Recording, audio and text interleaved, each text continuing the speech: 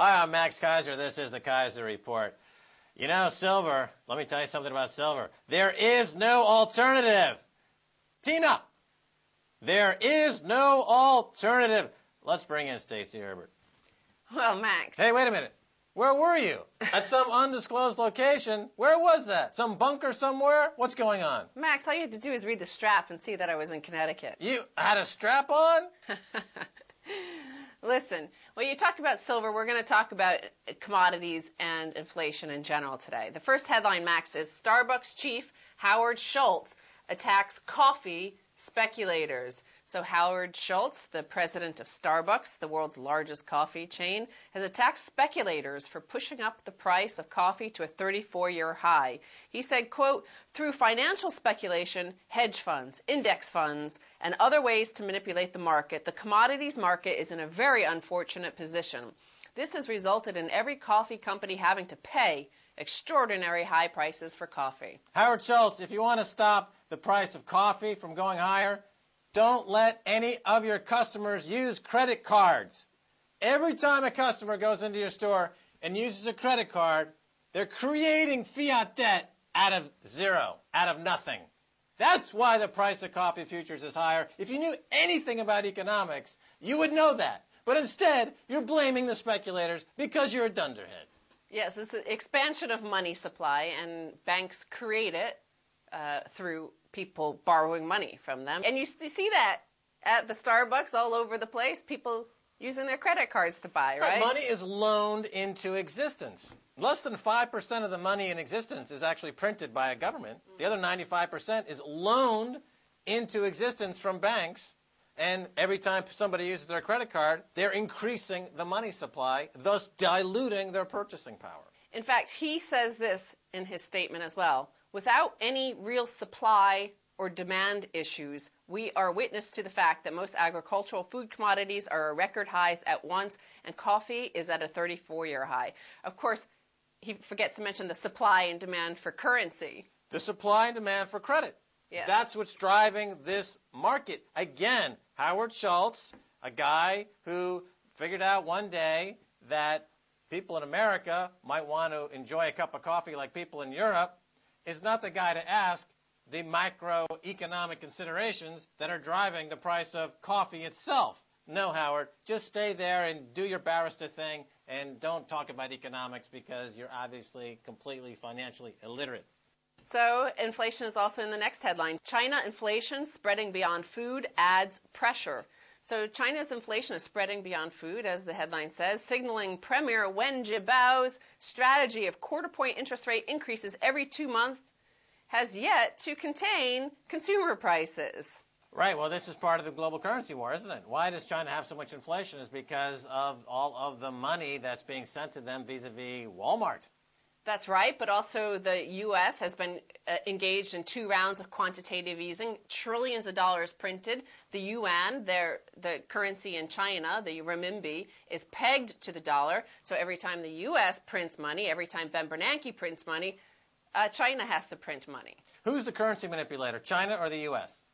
That's the big question. They're all the same thing. Well, obviously, this is the tail that wags the dog, or vice versa. You can't really say China is the currency manipulator if they're pegging to the dollar, which is being manipulated, but it's the world reserve currency, so they say, well, it can't be possibly manipulated, because they live in a snow globe of denial. They're in a whirlwind of 360 degrees of fraud. They don't see that they're the currency manipulators. Tim Geithner, you're the currency manipulator. Well, Max, it's central banks around the world. I would disagree that it's any one unique one. We're in disagreement on that one, because China's M2 is up 15.3% in April alone. So they're doing a darn good job printing money. And in response to this limit down, regulators expanded the range in which gasoline and oil futures can drop in a day. Well, again, they're appeasing the speculators. So going back to the year 2000 and the Commodity Futures Modernization Act, when they removed position limits, which are there for good reason, to prevent any one bank from dominating the entire market and manipulating prices. But they removed that piece of the regulation. And every time now that the markets get out of control, they simply remove all manner of regulation or framework or any way to buffer rampant manipulation. So the response of regulators should be to regulate, not to continuously deregulate. Well, but it's also not a free market. They have a specific outcome they prefer. So they don't mind if the Dow continues to go up or the S&P goes up. And they don't mind if gasoline prices fall. So they'll allow extreme moves in those directions that they prefer, but they're micromanaging which direction they want. Right. The stock market is in a bubble, and it should have margin rates increased to prevent the stock market from reaching the apex of another huge gargantuan bubble and bust. But that's being left alone because it's capitalized by the banks themselves that own the regulators. Whereas precious metals, which are the competition to corrupt bankers, they are being subjected to onerous margin rate increases in a selective prosecution of various markets. What has been called violent currency moves is resulting in a violent precious metal moves, but it's also resulting in the spread of radicalized precious metals buyers around the world. Well, Max, listen, the beginning of the whole financial crisis began with a violent currency move, and that was the violent move in the U.S. dollar, which started via the Treasury using a euro swap, remember, in 2007, and thus began the move. Silver and gold are also currencies, and so violent moves in this, we could see we are seeing the knock-on effects in all the markets around the world. But look, they intervened in the gasoline and oil futures markets. They're introducing all sorts of margin rate hikes. First, take a look at this picture I took in Connecticut last week. You see the prices are well over $4 there for the average price of gasoline. So the headline following this reads, "Crude plunges, but someone tell the gas stations and refiners. Average price of regular rises by 2.2 cents overnight." So following that collapse in the gasoline futures, we saw gasoline prices rise. Exactly right, because there's a disconnect between the paper market and the physical market. Because there's $700 trillion in paper around the world on a $50 trillion global GDP. And when you drill down to markets like gas, you've got oil collapsing in price while prices at the pump are increasing, because that's the actual physical market is actually going up. But the paper market is being manipulated in all manner of violent, manipulative psychopathology being practiced by these psychopathologically insane arbitrageurs and quants at places like Wall Street and Goldman and J.P. Morgan. Where were you, by the way, during that hidden period? You just kind of disappeared there for a few days. You said you were in a hidden bunker. Everybody in the world saw me on the other end. But you had guns. You had some kind of guns. It looked like a bunker. You had one of those fish that kind of come out at you and talk like, "I'm a crazy fish, fish, fish, fish." I mean, where were you exactly? I mean, you kind of went off the grid. Actually, somebody in the comments section said they've never seen such a redneck room. But we're talking about all the margin rate hikes that we see. Well, Shanghai also joined in. Remember, you seem to differentiate. You think Tim Geithner and Ben Bernanke are somehow more powerful and uniquely corrupt than the rest of the world. But if you look at China, they're doing the same thing. Money supply up 15.2% in 1 month alone. And then we see this headline, Shanghai and third silver margin hike in month. Right, and what's happening, Stacey Herbert, is that the margin rate's going to go up to 100%, which means that you've got people owning the precious metal for 100% cash, which is the same as having a gold or silver standard. So the CME, in trying to dissuade people from precious metals by raising the margin rate, is actually creating a de facto global precious metal standard. That's why I say there is no alternative. You talk to me about the price of silver, and I say to you, there is no alternative. Paper is complete nonsense. There is no alternative. I think this is a Second Amendment issue, because you talk about all those guns behind me in Connecticut. Well, I think this is a Second Amendment issue. The Second Amendment gives you the right to bear arms to defend yourself. Well, I think bearing arms in the currency financial war is gold and silver. Those are protection against the financial war. Do you have silver bullets? I have silver bullets. I have gold bullets, too. Those are expensive, the gold bullets. But, silver's good for werewolves and stuff, and Ben Bernanke. But, gold, that sounds awfully expensive. Okay, but let's move on to this headline, because I'm going to prove to you that they're trying to keep you from defending yourself against currency collapse. Dollar in graver danger than the euro. So this is Axel Merck in the Financial Times, and he says, imagine a country that spends and prints trillions to patch up any problem. Now imagine another country where there is no central treasury, meaning that bailouts are less easy, and which has a central bank that has mopped up liquidity over the past year rather than engage in quantitative easing. Of course, he's comparing the U.S. and their dollar to the European area and their euro. Well, let me just explain something about the dollar. It's enjoying a bit of a bounce recently, tied exactly to the moment when bin Laden spectacle, ostensibly guy, Pakistan, shot, violence, films at 11, huge American state-sanctioned terrorist act, blood, guts, Pentagon, armed military conflict, the military-industrial complex, IUDs. It's a huge splatterfest that we've seen, which is the basis for the rally in the dollar. There's no jobs there. There's no manufacturing there. The only thing backing the dollar is frickin' state-sanctioned terrorist acts. That's what the dollar's all about. China doesn't want the dollar anymore. India doesn't want the dollar anymore. Bangladesh doesn't want the dollar anymore. Nobody wants the dollar anymore because it's only backed up by violence. If you buy the dollar, you're buying violence. There is no alternative but silver and gold. There is no alternative. Bangladesh and a little blip. It's not a rally in the dollar, Max. They just bought some gold. But listen, we don't have that much time left, and I want to show you another headline. Banks driving people to suicide. So this is from Ireland, and this comes from one of Ireland's most senior high court officials. And he's speaking out about banks hounding people over debt, some of which has already been written off, and they're still hounding people to their death. He said, quote, "We know which banks were the cheerleaders for the Celtic Tiger, yet some banks are reverting to type to come to court assuming that the banker always wins anyway. That's not how the law sees it." It has for the last few years, of course. Bankers always win. But this guy, this judge in Ireland is saying, no, not here, not on my watch. This is a trend you see first in India, of course. The bankers go after the farmers. And there's an Indian farmer commits suicide every 30 minutes. Thanks to the genetically modified currency seed. The Monsanto is the genetically modified seed, which acts as an agricultural currency.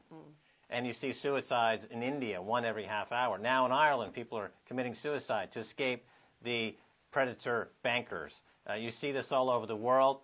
And to escape the debtor's prison, the banker's prison, there has to be what Robespierre said many years ago. If the social contract is broken, the people must revolt. Well, my final word is that gold and silver are a Second Amendment issue. There is no alternative. Thanks so much, Stacey. Thank you, Max. All righty, don't go away. There's more coming your way, so stay right there.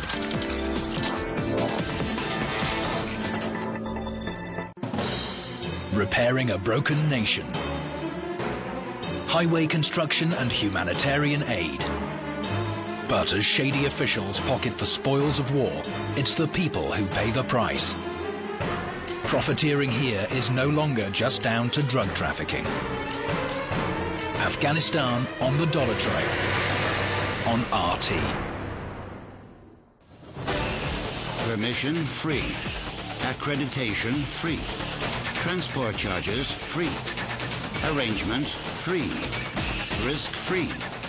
Stereotypes free.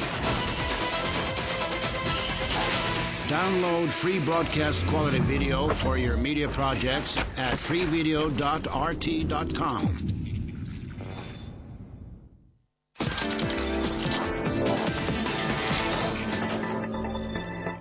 Hi, welcome back to the Keiser Report. I'm Max Keiser. Time now to go to New York. Speak with Reggie Middleton of BoomBustBlog.com. Reggie Middleton, welcome back to the Keiser Report. It's good to be back. Reggie Middleton, the last time you were on the Keiser Report, you told us how 0% interest rates were starving the banks that it was designed to save. Now, at the time, you were the only analyst in the world to mention that it would starve the banks, and you've been proven correct. So tell us more about this. What's the current status? The current status is same as before. The banks are not making any real economic profit off of their interest-bearing assets, and they're taking losses on the liabilities, or on the assets that have become liabilities. I think also on the last time we were on the show, I discussed something that was relatively contrarian and unique as well, and that's banks that were actually willing to walk away from foreclosures. Well, Bloomberg ran a story this morning that had cities, at least 4 cities, that were suing banks for upkeep and care and maintenance on foreclosed properties. So now you have banks that actually have collateral that have a negative value to it. It's actually costing them money. So the collateral is actually proving to be the antithesis of what they anticipated. Instead of backing a loan, it's creating a deeper hole for the said loan. So not only will they probably never get the money back, they have to dump more money in. It's also difficult to see how they get out of that if the cities are going to become aggressive. And I can see cities and municipalities becoming aggressive because hard times are all over. Everybody needs the money, and if the cities see the money, they're probably going to go after it. Reggie Middleton, let's focus on this a little bit more. So you've got a situation now where the banks, recently, it seemed as though they were getting Washington to pass some new laws to absolve them from their fraudulent mortgage selling problems, or to cut a deal and get it behind them and do some accounting tricks on their balance sheets. But what you're saying now is that the states are stepping in and they're actually suing these banks. So how much teeth do these lawsuits have, do you think, Reggie? I don't know. I'm not a lawyer, and as far as I know, we're in uncharted waters. But the banks are legal sinkholes. The banking industry is the new tobacco industry. Not only are municipalities and cities suing the banks, you have the banks, MBA and mortgage-backed security investors and trusts suing the banks for fraudulent practices and misrepresentation. You have the mortgagees suing the banks, the people who have been fraudulently foreclosed upon, and that is like a bottomless pit. Think about the amount of mortgages that have been taken out during the boom times. Just think about 2% of those people suing the banks. It's unlimited liability. So if you think the tobacco companies ran up legal bills, you probably haven't seen anything yet. And tobacco companies didn't run at 30 times leverage, by the way. Right. The tobacco companies didn't run at 30 times leverage. Let's go back to 2008 for a second. We know that Hank Paulson went to Congress. He negotiated some bailout money, and this was augmented by further bailout money.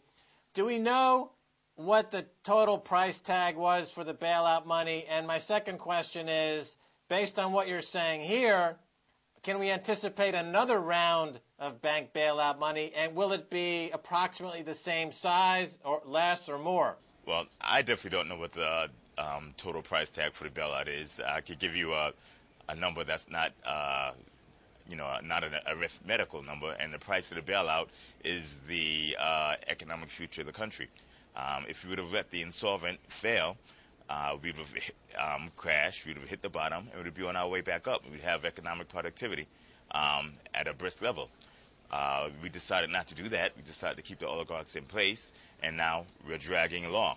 So I have absolutely no idea what the arithmetical number is, but the actual true economic cost is future growth. Now, as for any other bailouts, Bloomberg also ran another article this morning or yesterday stating that the banks are considering settling their fraudulent foreclosure issues with attorneys generals, etc., et al., for $5 billion. If they get away with that, that is in essence a bailout, because we're talking at least $20-25 billion of potential liability at minimum from a realistic economic perspective. So if you could take $20-30 billion of your problems and you can buy them, sell them all for $5 billion, you've been bailed out to the tune of $15 billion. Let me get your comments on something that's in the news. We're talking about Goldman Sachs for a moment. Two stories have come out. S&P just downgraded Goldman Sachs, and we've also got a downgrade from a Wall Street guy, Dick Beauvais, who came in and said that based on Matt Taibbi's expose in Rolling Stone magazine, that the stock's price target was lowered substantially by more than $40, and in Goldman Sachs' case, the stock is down $6 billion already today, making reference to this Matt Taibbi article. Did you read the Matt Taibbi article? You're an analyst, you're a financial analyst. Did he get anything wrong in any of his analysis, or is Matt Taibbi, he's a journalist, an investigative journalist, he's not a Wall Street guy. Some people might question his analysis, but Reggie Middleton, what do you say about his analysis? Is it accurate? Well, to be honest, I didn't get to read the latest article by Tabby, but I can tell you I've been attempted to alert those who felt the Goldman Sachs guys have excrement that does not smell. The Goldman Sachs has been overvalued for quite some time. Starting in the spring of 2008, I've made it very clear that the amount of risk that Goldman Sachs takes in running its business and the risk of the assets are not covered by the profits of doing a business from an economic perspective. You know, they're covered from an accounting perspective, and they make a bunch of accounting earnings, and the price goes up, but they take significant risk. Over the last 2011, over the last 3 or 4 years, that risk has come to bite them. They've basically, I'm going to watch my tongue here for the first time in quite some time, but Goldman Sachs' business model is basically to take advantage of his clients. That's where the excess spread comes from.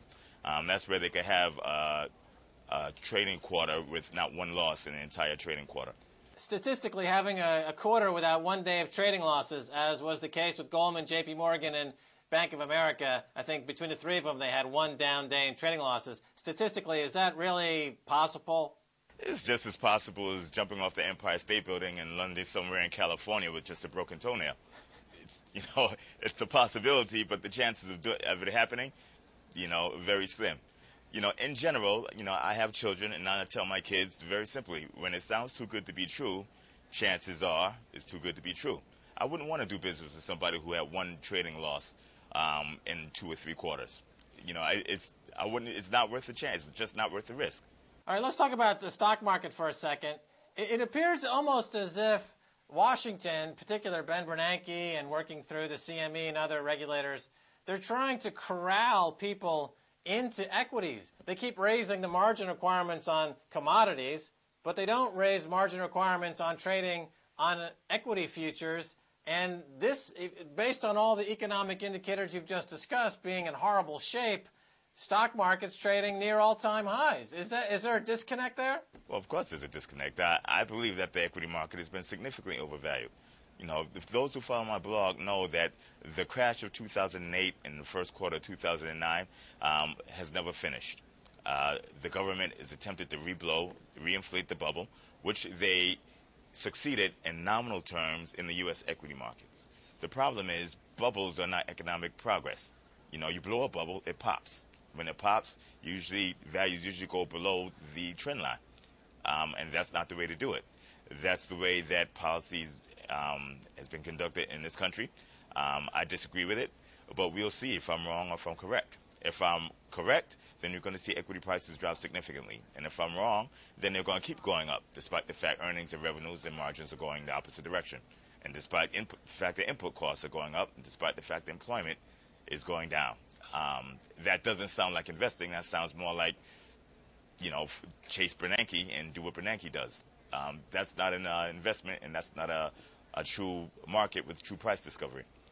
All right. Centrally planned market, and centrally planned markets tend to fail. All right, last question pertaining to the dollar. Folks say that the dollar is stronger than the euro. They look at the periphery countries in Europe and suggest that the euro is inherently structurally weak as a result of these peripheral nations. In the U.S., however, they have quite a bit of trouble based on what we've been saying right here. What is your take on the dollar versus the euro? Both have significant flaws, have significant issues. I think that we have a triumvirate of economic superpowers, the EU, the U.S., and you have China. And each one of them have fairly unique problems, but tightly related. And the correlation between the problems are basically the bubble and how they handled it. The EU is in highly indebted stagflationary state. So is the U.S. The EU has the too many chiefs and not enough Indians problem, where they have separation of strong economic countries and the very weak economic countries that are pulling the other countries down. And they're going to default or restructure. You've heard it from me. It's guaranteed to happen. It may be called something different, but it's guaranteed to happen. That's going to do significant damage to the euro and cause rates to spike. The U.S. has too much debt and basically running a Ponzi scheme with treasuries. There's no way in the world that treasuries should be increasing in price and that rates will not go up. And then you have China, which anecdotally appears to have avoided all this because they simply ran a bubble. They opened their bank spigots. They told everybody to lend, include anything that could be considered a transaction in GDP, and it looks like they're doing well. They're going to crash. It's going to be an inflationary crash, one way or the other. I think the three powers are basically waiting for the other two to blow up, and whoever blows up last gets to win. Capital flies in that direction. That's the best that I can surmise. You know, it might not be the case, but I see the case that the U.S. is on as being unsustainable. I see the case that the EU is guaranteed restructuring, serial restructuring in several countries, and China is rampant inflation. There's absolutely no way to deny it. So if China and the EU go before the U.S. benefits. If the U.S. and China go, the EU benefits, etc. I don't think that's a very good way to run the country's finances, but from what I'm seeing from the outside looking in, as an outsider, I can't see them doing anything else besides that, because each step that each of the three entities are taking don't seem to be fundamentally sustainable and justifiable. Politically justifiable, but not fundamentally justifiable. All right, it sounds like what some call a currency war, and the World War III being fought in the currency pits is exactly what's going on. Reggie Middleton, thanks again for being on the Keiser Report. Okay, well, you're very welcome. Look forward to coming back again. All right, and that's going to do it for this edition of the Keiser Report with me, Max Keiser, and Stacey Herbert. I want to thank my guest, Reggie Middleton of BoomBustBlog.com. If you want to send me an email, please do so at KeiserReport@rttv.ru. Until next time, Max Keiser saying bye, y'all.